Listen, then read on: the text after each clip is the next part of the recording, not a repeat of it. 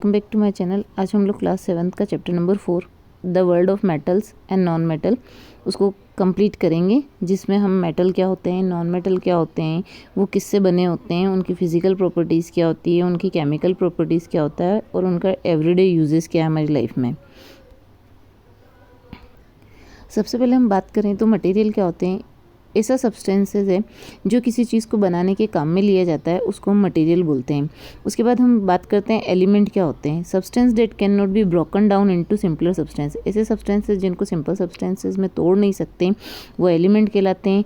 Building blocks होते हैं जो किसी भी मैटर को बनाने में हेल्प करते हैं।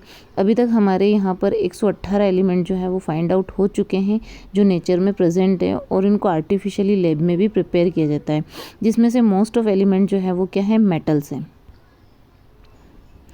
मेटल्स के एग्जांपल देखिए, iron, copper, gold, aluminium, silver, calcium etcetera जो है ये मेटल्स हैं। और इन्हीं एलिमेंट को मेटल और नॉन मेटल में डिवाइड किया गया है। नॉन मेटल की बात करें तो कार्बन, सल्फर, फॉस्फोरस और ऑक्सीजन जो है वो नॉन मेटल के एग्जाम्पल। अब हम बात करते हैं कि मेटल की जो फिजिकल प्रॉपर्टी वो होती है वो कैसी होती है। तो जितने भी मेटल्स होते हैं वो लस्ट्रस होते हैं, यानी कि उनकी सरफेस जो होती है वो शाइनी होती है। मेलिएबिलिटी, मेटल जो होते हैं उनको पतली थिन शीट में टर्न किया जा सकता है। जैसे सिल्वर को बीट करके सिल्वर फॉइल बनाया जा सकता है, एल्यूमिनियम को बीट करके एल्यूमिनियम फॉइल बनाया जा सकता है।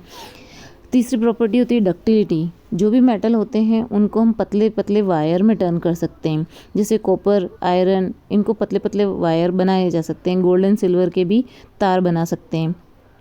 चौथी प्रॉपर्टी आती है कि स्नोरिटी होती है। मेटल जो होते हैं वो साउंड प्रोड्यूस करते हैं।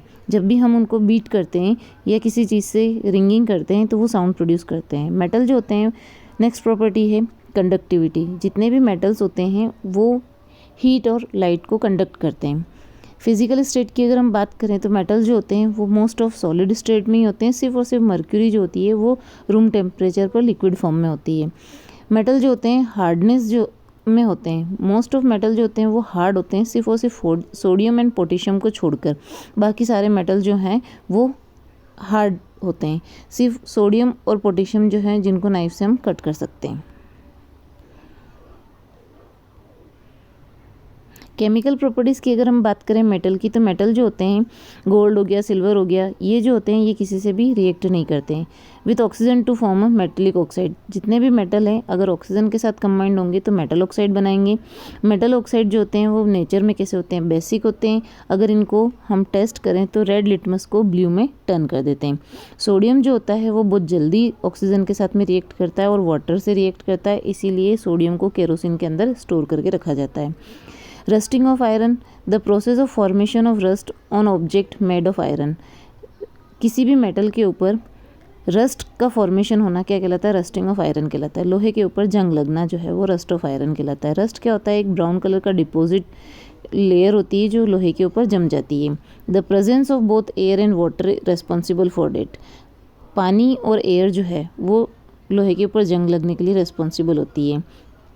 इसको प्रिवेंट करने के लिए हम क्या कर सकते हैं, लोहे की चीज़ों को पेंटिंग करके रखते हैं, ऑयलिंग करते हैं, ग्रीजिंग करते हैं, गैल्वेनाइजेशन करते हैं। गैल्वेनाइजेशन एक ऐसी प्रोसेस होती है जिसमें आयरन के ऊपर जिंक की लेयर को चढ़ाया जाता है।